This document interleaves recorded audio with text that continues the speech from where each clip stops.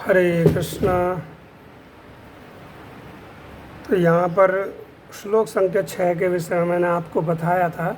अब श्लोक संख्या 7 में वो कहते हैं बिल्वमंगल ठाकुर जी कि हे मेरा सब कुछ चुराने वाले, हे चोर, आज मैंने तुम्हें अपने हृदय के उस दुखदायी कारागार में कैद कर लिया है जो मेरे अज्ञान के घोर अंधकार के कारण अत्यंत भयभीत है, और तुम वहाँ बहुत लंबे समय तक रहोगे और अपने चोरी के अपराधों के लिए उचित दंड पाओगे।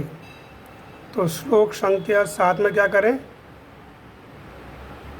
मन से तमसा रसी घोरे, कारागृह दुख माये निबद्ध, लाभस्व हे कोरा खो खरगोशा, सिर या स्वकौर्य दोषोचितम एवं दंडम।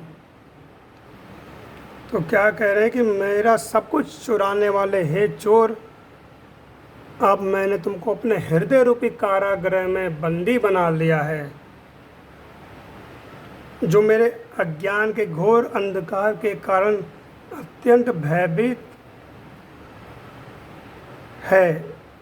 मतलब कि हमारा जब अज्ञान होता है तो अज्ञान में क्या होता है कि हम लोग भयभीत रहते हैं। इसलिए क्या है, शास्त्रों में एक प्रार्थना आती, ओम अज्ञान तिमिरांधस्य ज्ञानांजना शलाकया चक्षु उर्मिलितम येन तस्मै श्री गुरुवे नमः। कि हम सभी इस भौतिक संसार में अज्ञान रूपी संसार में पैदा हुए हैं। हम अज्ञान में ही पैदा होते हैं। विशेष करके भौतिक संसार के जो लोग हैं वो संत लोग अज्ञान में पैदा नहीं होते। वो आते इस भौतिक संसार में हैं भगवान की लीला में सहयोग करने के लिए या भगवान की आज्ञा से आते हैं। तो क्या है कि कहते हैं कि ये जो हमारा हृदय है ये दुखदायक कारागृह है। क्यों? क्योंकि हर वस्तु को हम अपने मन में या हृदय में धारण करते हैं। जैसे कि हम लोग जब दंडवत प्रणाम करते हैं, भगवान को दंडवत प्रणाम करते हैं, तो वाम भाग भगवान की तरफ होता है। प्राय कई लोग इसके विषय में पूछते हैं कि भगवान तो सामने हैं लेकिन आप ऐसे इस तरह से प्रणाम क्यों कर रहे हैं? तो हमारे वाम भाग में उल्टे जो हमारा हाथ है उधर की तरफ बताया है कि हमारा हृदय होता है, और हृदय में हम भगवान को धारण करते हैं। इसलिए हमें भगवान को इस तरह से प्रणाम करते हैं या उल्टी तरफ से प्रणाम करते हैं। तो यहाँ पर बिल्वमंगल ठाकुर जी कह रहे हैं कि आपने मेरा सब कुछ चुरा लिया, सब कुछ छीन लिया मेरा।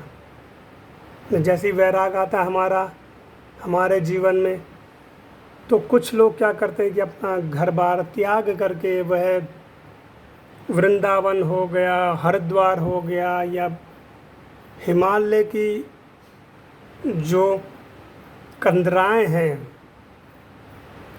वहाँ चले जाते हैं, बद्रीनाथ, केदारनाथ, वहाँ एकांत में भगवान का चिंतन करते हैं। तो क्या है कि वो कहने का अर्थ ये है कि वो भौतिक संसार के लोगों को दिखा रहे हैं या भौतिक संसार के लोगों को समझा रहे हैं तथा भौतिक संसार के लोगों की तरह ही व्यवहार कर रहे हैं। क्योंकि जो भौतिक संसार में होता है जीवात्मा, जब उसके पत्नी, पति, संतान या कोई भी माता पिता का शरीर छूटता है तो हम भगवान को दोष देते हैं कि आपने मेरा सब कुछ छीन लिया। लेकिन वास्तविकता में तो वो सब कुछ भगवान का ही था। हमारा क्या था? न माता, न पिता, न पति, न पत्नी, न संतान, ये हमारे नहीं हैं। कुछ समय के लिए ये हमारे जीवन में आए या हम इनके जीवन में आए। ये भौतिक संसार कैसा है, इसका उदाहरण पद्म पुराण में दिया गया है। पद्म पुराण में बताया गया है कि रात्रि के समय में एक वृक्ष में अलग अलग दिशाओं से पक्षी उड़ करके आकर के बैठते हैं। हम देखते हैं, या हम अनुभव करना चाहिए, हमें प्रकृति बहुत कुछ हमें सिखाती है। अगर हम देखते हैं कि रात्रि के समय में जब संध्या हो जाती है तो क्या है कि एक वृक्ष पर अलग अलग दिशाओं से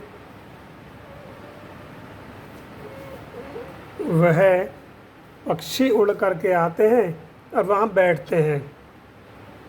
और प्रातःकाल जैसे ही होती है, प्रातःकाल की बेला जैसे ही आती है तो फिर वह पक्षी अलग अलग दिशाओं में उड़ जाते हैं। दूसरा उदाहरण पद्म पुराण में दिया गया, जैसे एक पनघट होता है या तालाब सरोवर जिसमें जल है, तो उसमें क्या होता है, अलग अलग दिशाओं से पशु पक्षी आकर के जल पीते हैं। और फिर क्या होता है, जैसे ही वह जल पीते हैं तो फिर अपनी दिशाओं की तरफ चले जाते हैं। उसी तरह से उस पनघट की तरह से, उस सरोवर तालाब की तरह से इस भौतिक संसार में हम एक स्थान पे इकट्ठा होते हैं। ये संसार क्या बोला गया, संसार को समुद्र की तरह या एक तालाब की तरह, कि इसमें कोई हमारी पत्नी बनी, कोई पति बना, कोई संतान बने, कोई माता पिता चाचा ताऊ, ये रिश्ते बने। यहाँ एक जगह एक स्थान पर एकत्रित हो गए हम लोग। और फिर क्या है, हम में से कोई पहले चला जाएगा, कोई बाद में जाएगा। इस तरह का वो अपनी अपनी दिशाओं में चले जाते हैं। हमें नहीं पता हमारे जीवन में कौन आएगा, है ना। किसी दिशा से, किसी राज्य से किसी स्त्री के जीवन में एक पुरुष आता है, वो उसका पति बन जाता है। पुरुष के जीवन में किसी नगर से, राज्य से स्त्री आती है, वो उसकी पत्नी बन जाती है। फिर संतान, अब कई बार ऐसा होता है कि पुरुष का जन्म किसी और राज्य में हुआ, स्त्री का जन्म किसी और राज्य में, और उनके संतान का जन्म किसी और राज्य में होता है। तो वो उसका भाग्य, उसका समय निर्धारित था उसके कर्मों के द्वारा, उस जीवात्मा के कर्मों के द्वारा, कि उसको जन्म कहाँ होगा और कहाँ उसका देह का अंत होगा। ये उसके कर्मों के द्वारा भगवान ने निर्धारित किया हुआ है। तो ये भौतिक संसार ऐसे ही है, जो कि कुछ समय के लिए होता है हमारे लिए, और फिर हमारे कर्मों के द्वारा हमको ये त्याग करके जाना पड़ता है। तो कह रहे कि आपने जब मेरा सब कुछ छीन लिया, चर्चा ये चल रही थी, मेरी पत्नी, मेरे संतान, इन सबको भगवान बिल्व मंगल ठाकुर क्या कह रहे, आपने छीन लिया, क्योंकि वो अपना घर बार त्याग करके आ गए। भगवान ने उनके मन में वैराग दे दिया,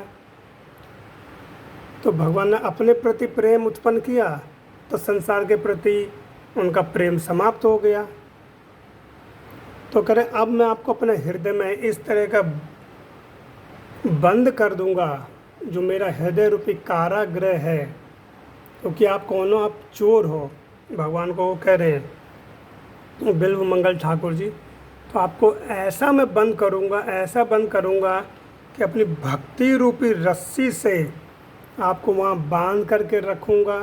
और वो कारागृह कैसा है, अंधकार में है। तो यहाँ पर अंधकार में शब्द का उपयोग क्यों कर रहे हैं बिल्व मंगल ठाकुर जी, कि जब भगवान हमारे हृदय में, हमारे मन में या हमारे जीवन में आते हैं, तो तब क्या होता है कि हृदय में जो अंधकार है, मैं और मेरा का जो मोह और माया है, कि ये मेरा शरीर, मेरी पत्नी, मेरे संतान, मेरे परिवारजन मेरे सगे संबंधी हैं या मेरा राज्य, मेरा देश, तो इस अंधकार को भगवान समाप्त करते हैं।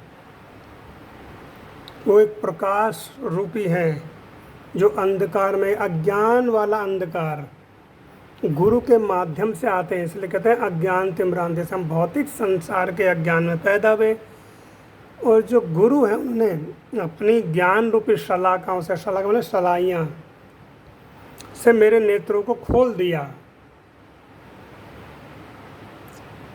तो जब हमारे नेत्र खुल जाते हैं, वो अंधकार छट जाता है, वो प्रकाश रूपी भगवान जब हमारे हृदय में, हमारे अस्तित्व में आते हैं, तो फिर भक्त कहता है कि अब मैं आपको यहाँ से जाने नहीं दूंगा।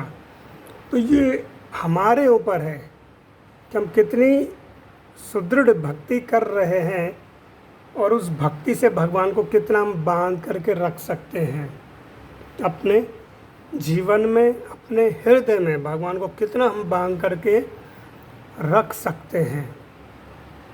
ये भक्त के ऊपर है। जितनी उत्तम, जितनी अच्छी हम भक्ति करेंगे उतना भगवान के ओर निकट रहेंगे, और जितना भौतिक संसार का, भौतिक विषयों का चिंतन करेंगे उतना भगवान से दूर रहेंगे। तो कह रहे कि अब आपके अंदर इतना सामर्थ्य नहीं है कि आप अब वो गांठें खोल करके जा पाओ। यहाँ पर बिल्वमंगल ठाकुर जी कह रहे हैं कि और आप क्या करेंगे कि मैं लंबे समय तक आपको इस कारागृह में बंद रखूँगा और आपको चोरी करने के लिए उचित दंड दूंगा। तो भक्त का भाव क्या है, दंड क्या होता है?